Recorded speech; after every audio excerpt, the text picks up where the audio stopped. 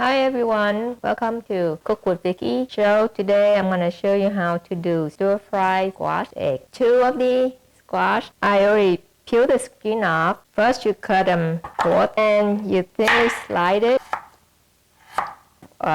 Any type of cooking oil. Okay, when it's done, if you want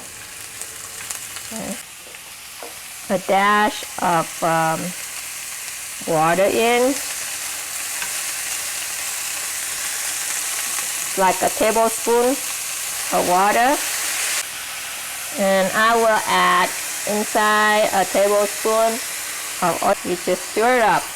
Add the 2 eggs in, and then you just mix them all up like this.